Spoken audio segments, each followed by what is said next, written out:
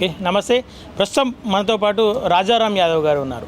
ఏదైతే సత్యాగ్రహ దీక్ష చేపట్టబోతున్నారో ఆ దీక్షకు గాను ఈరోజు పోస్టర్ అయితే రిలీజ్ చేశారు. అసలు ఆ దీక్ష యొక్క ఉద్దేశం ఏంది? గతంలో కూడా ధర్నాలు చేసిర్రు.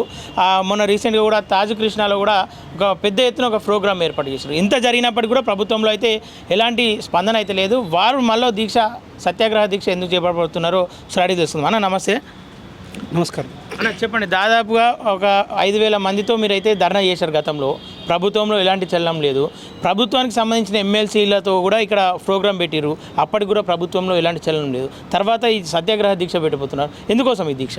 రేవంత్ రెడ్డి గారు చాలా మొండి వైఖరితో పోతా ఉన్నారు. రాహుల్ గాంధీ ఇచ్చినటువంటి హామీని, వీరిచ్చినటువంటి హామీని నెరవేర్చకుండా దాన్ని మొత్తం కూడా కులగణన చేయకుండానే స్థానిక సంస్థల్లో రిజర్వేషన్స్ ఇవ్వకుండానే స్థానిక సంస్థలు ఎన్నికలకు పోవడానికి కోసము రేవంత్ రెడ్డి గారు ప్రయత్నం చేస్తూ ఉన్నారు. వారు ఎట్టి పరిస్థితుల్లో బీసీలకు స్థానిక సంస్థల్లో ప్రాతినిధ్యం రావద్దని చెప్పేసి ఒక కుట్రపూరితంగా పోతూ ఉన్నారు.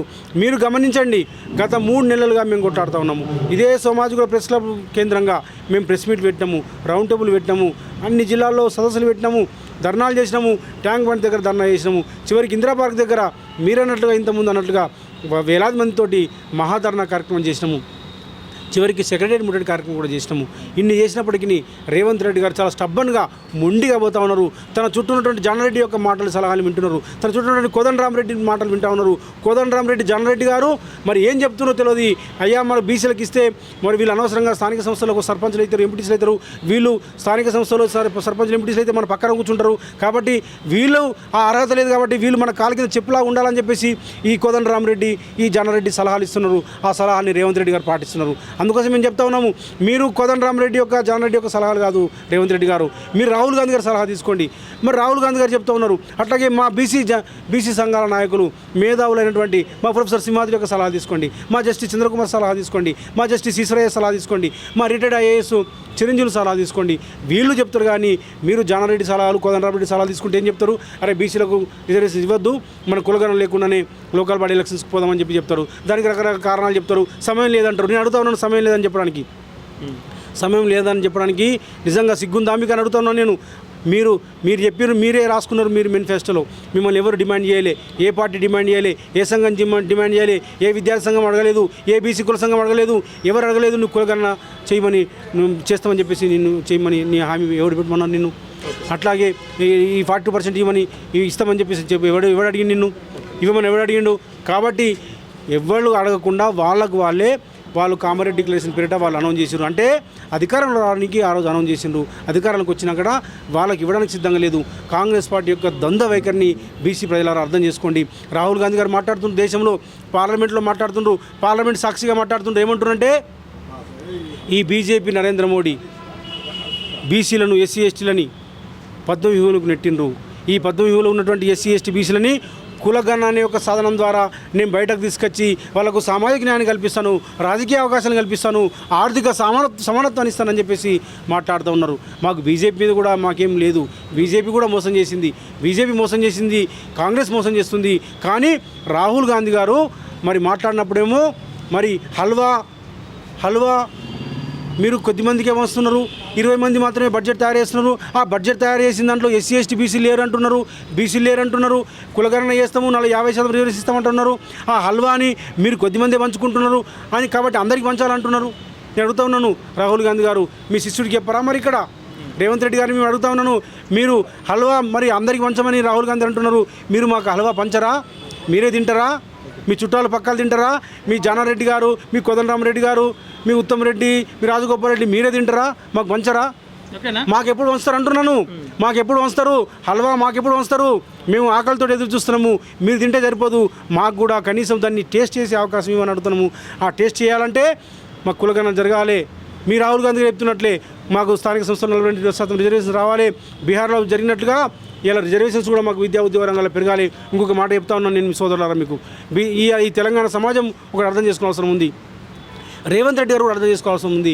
మీరు మొన్న అసెంబ్లీలో మాట్లాడిండ్రు, ఈ సుప్రీంకోర్టులో వర్గీకరణ సంబంధించినటువంటి అంశంలో ఎస్సీ ఎస్టీల వర్గీకరణ వాళ్ళు ఆమోదిస్తూ సుప్రీంకోర్టు తీర్పిచ్చింది. మేము ఇక్కడ మరి వర్గీకరణ అమలు పరచమని చెప్పి అంటున్నారు. వర్గీకరణ ఎట్లా అమలు పరుస్తారు మీరు? కులగణన ఉంటే ఎవరి జనాభా దమాసా ఉంటే మీకు ఈజీ అవుతుంది కదా. ఇలా వాళ్ళు ఏమంటారు, మేము ఎక్కువమంటారు, వాళ్ళు తక్కువమంటారు. లంబడోళ్ళు మేము ఎక్కువ ఉంటారు, ఆదివాసులు తక్కువ ఉంటారు, ఎస్సీ ఎస్టీలు రెండింటికి వర్గీకరణ చేయాలంటే వాళ్ళ జనదామాస తెలిస్తే ఈజీ అవుతుంది కదా.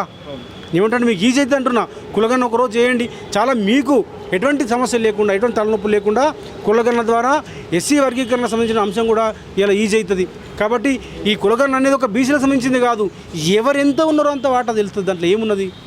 అసలు బీసీ డిక్లరేషన్ అనేది కామారెడ్డి డిక్లరేషన్ అసలు మేము చెప్పినామన్న మాట కూడా మర్చిపోయినట్టు ప్రవర్తించింది కాంగ్రెస్ పార్టీ. ఎందుకోసం అని అట్లా? కాబట్టి ఆ మొద్దు నిద్ర నుంచి లేపుతాం మేము, ఆ మొద్దు నిద్ర నుంచి లేపుతాము. మొద్దు నిద్రపోయినట్టుగా నటిస్తున్నట్టు దాన్ని కూడా ప్రజలకి మేము ఖచ్చితంగా చెప్తాం. అందుకోసమే బీసీలారా పెద్ద ఎత్తున రేపు ఇందిరా పార్క్ దగ్గర రేపు జరగబోయే బీసీల సత్యాగ్రహ దీక్షని జయప్రదం చేయాలని చెప్పేసి వేలాది మందిగా వందలాదిగా దానికి తరలిరావాలని చెప్పేసి సత్యాగ్రహ దీక్షతోటి కూడా కదలకపోతే అన్ని జిల్లాలో కూడా సత్యాగ్రహ దీక్ష చేద్దాము. గాంధేయ మార్గంలో ఈ కాంగ్రెస్ పార్టీ యొక్క మోసపూరిత చరిత్రని, ఈ కాంగ్రెస్ పార్టీ బీసీలు ఎట్లయితే అంచిందో మొత్తం కూడా చరిత్ర అంతా కూడా చెప్పి బీసీని చైతన్యవంతం చేస్తాం. బీసీ వేదిక ఎక్కడ ఉన్నా నేను వెళ్ళడానికి సిద్ధంగా ఉన్నా అని చెప్పేసి చెప్పిన మల్లన్న రేపటి ప్రోగ్రాంకు అటెండ్ అవుతుండా? మాకు జెండాలు ఎజెండాలు లేవు. బీసీ సమగ్ర కులగణన కోసము, బీసీలకు 42% స్థానిక సంస్థల రిజర్వేషన్స్ కోసము, మా బీసీలకు మేమెంత ఉన్నామో అంత వాటా, మాకు సామాజిక న్యాయం కోసము, మాకు రాజకీయ అధికారంలో భాగస్వామ్యం కోసము, మాకు ఆర్థిక సమానత్వం కోసము ఎవరు వచ్చినా వాళ్ళని మేము ఖచ్చితంగా ఆహ్వానిస్తాము. ఏ పార్టీ నుంచి వచ్చినా, కాంగ్రెస్ నుంచి కావచ్చు, లేకపోతే బీఆర్ఎస్ నుంచి కావచ్చు, లేకపోతే సిపిఐ నుంచి కావచ్చు, సిపిఎం నుంచి కావచ్చు, ఏ సంఘమైనా ఏ పార్టీ అయినా అందరం కూడా కలిసికట్టుగా మా హక్కుల కోసము తెలంగాణ ఉద్యమం తరహాలో తెలంగాణ రాష్ట్రం కోసం ఎట్లయితే అందరం కలిసి సబ్బండ వర్గాలు ఎట్లయితే కొట్లాడినాము ఆ పద్ధతిలో మనం అందరం కూడా కలిసి పోవడం చేయాల్సిన అవసరం ఉంది. అందుకోసం నేను బీసీ జనసభగా మీ రాజారాం యాదవ్గా మీ బిడ్డగా నేను పిలిపిస్తా ఉన్నాను. వేలాదిగా వందలాదిగా మనందరం ఐక్యమేద్దాం, మనము ఈ కులగణన చేసుకుందాం, 42% రిజర్వేషన్ సాధించుకుందాం, మన వాటా మనం పొందాం. దానికి పోరాటం ఒక్కటే మార్గం అని చెప్పి చెప్తాను. రేపటి దీక్ష రేపటి రోజు ముగుస్తుందా లేదంటే కొనసాగుతుందా? రేపు ఒక్కరోజు దీక్ష చేసినాము, దీని తర్వాత అన్ని జిల్లాల్లో ఈ దీక్షలు కొనసాగుతాయి. ఒకరోజు దీక్షలు అన్ని జిల్లాలు ఉంటాయి. రేపు వరంగల్లో ఉన్నది, 12వ తారీఖున నల్గొండలో ఉన్నది. ఇట్లా తెలంగాణ వ్యాప్తంగా అన్ని జిల్లాల్లో ఈ సత్యాగ్రహ దీక్షలు కొనసాగుతాయి. దాని తర్వాత కూడా ఈ ప్రభుత్వము మొండి వైఖరితో పోతే అప్పుడు మళ్ళీ కార్యాచరణ ప్రకటిస్తాం. ఓకే, అంటే ఏదైతే తీన్మార్మలన్న మొన్న చెప్పిండో ఆ దిశగా ప్రభుత్వంతో చర్చిస్తా అని చెప్పేసిండు, చర్చించినట్టు ఏమన్నా అనిపించింది అన్న? ఇప్పటివరకు ఏమిటంటే అది కాంగ్రెస్ పార్టీ యొక్క వాళ్ళ యొక్క అంశం, ఆ పార్టీకి సంబంధించిన వాళ్ళ ఇంటర్నల్ మ్యాటరు, అది మాకు సంబంధం లేదు. మేము ఏమంటున్నామంటే ఎవరైనా ప్రయత్నం చేస్తే మంచిది. విహెచ్ కానీ, మధుయాసి గౌడ్ కానీ, ఇలా పొన్నం ప్రభాకర్ కానీ, మా కొండ సూర్యకమ్మ కానీ మీరందరూ కూడా రేవంత్ రెడ్డి గారిని ఒత్తిడి తీసుకొచ్చి, అదే బట్టి విక్రమార్క గారు మా దళిత సోదరుడు, మా దామోదర రాజనరసింహ సీనియర్ నాయకులు మీరందరూ కూడా ఇలా రేవంత్ రెడ్డి గారి మీద ఒత్తిడి తీసుకురావాల్సిన అవసరం ఉంది. కులగణన చేసి బీసీలకు న్యాయం చేయాల్సిన అవసరం ఉందని చెప్పేసి వాళ్ళ బాధ్యత అది, వాళ్ళ బాధ్యత. ఇలా బీసీ వర్గాలు ఓట్లేస్తేనే వాళ్ళంతా ఎమ్మెల్యే లేరు, బీసీ వర్గాలు ఓట్లేస్తేనే వాళ్ళు ఎమ్మెల్సీ లేరు. కాబట్టి తీర్మాన మండలం కావచ్చు, విహెచ్ కావచ్చు, వాళ్ళ బాధ్యతను నెరవేర్చాలని చెప్పేసి మేము విజ్ఞప్తి చేస్తాము. ఓకే, దీనికంటే ముందే కులగణన కంటే ముందే స్థానిక ఎన్నికలకు పోయే పరిస్థితులు కనిపిస్తున్నాయి. ఒకవేళ అట్లా స్థానిక ఎన్నికలకు పోతే ఏంది పరిస్థితి తర్వాత? ఈ కాంగ్రెస్ పార్టీ యొక్క ద్వంద్వ వైఖరిని, వీళ్ళ యొక్క బీసీ వ్యతిరేక వైఖరిని మొత్తం కూడా ప్రజలకి మేము విడమటి చెప్తాం. వీళ్ళ యొక్క నగ్నత్వాన్ని, వీళ్ళ బీసీల యొక్క మోసం చేసినటువంటి దాన్ని బట్టలు విప్పి వీళ్ళ మోసపూరితమైనటువంటి రూపాన్ని, వికృతమైన రూపాన్ని ప్రజలకు చూపిస్తాం మా ప్రజలకి. ఓకేనా, థ్యాంక్ యూ అన్న, థ్యాంక్ యూ. ఓకే, ప్రస్తుతం రాజారాం యాదవ్ గారు అయితే మాటలు విన్నారు కదా. ఏదైతే బీసీల ఐక్యత కోసం ఎక్కడికైనా వెళ్తాం, బీసీలను అందరినీ పార్టీలకు ఖచ్చితంగా కలుపుకోతామని చెప్పి చెప్తున్నారు. గతంలో తీన్మార్మలన్న ఏదైతే వ్యాఖ్యలు చేసిండో ఆ వ్యాఖ్యలకు కట్టుబడి ఉంటాడా లేదా అనేది కూడా చూస్తాం. ఒకవేళ మాతో ఆ కార్యక్రమంలో పాల్గొంటే మాత్రం ఖచ్చితంగా స్వాగతిస్తామని చెప్పి చెప్తున్నారు. పార్టీలకు ఖచ్చితంగా ఎవరైనా సరే, ఏ పార్టీలో ఉన్నా సరే, ఆ బీసీల కోసం కావచ్చు, జనగణన కోసం కావచ్చు, కులగణన కోసం కావచ్చు ఖచ్చితంగా పాటుపడాలని చెప్పేసి పిలుపునైతే ఇవ్వడం జరుగుతుంది. ఇది ఇక్కడ విశేషం.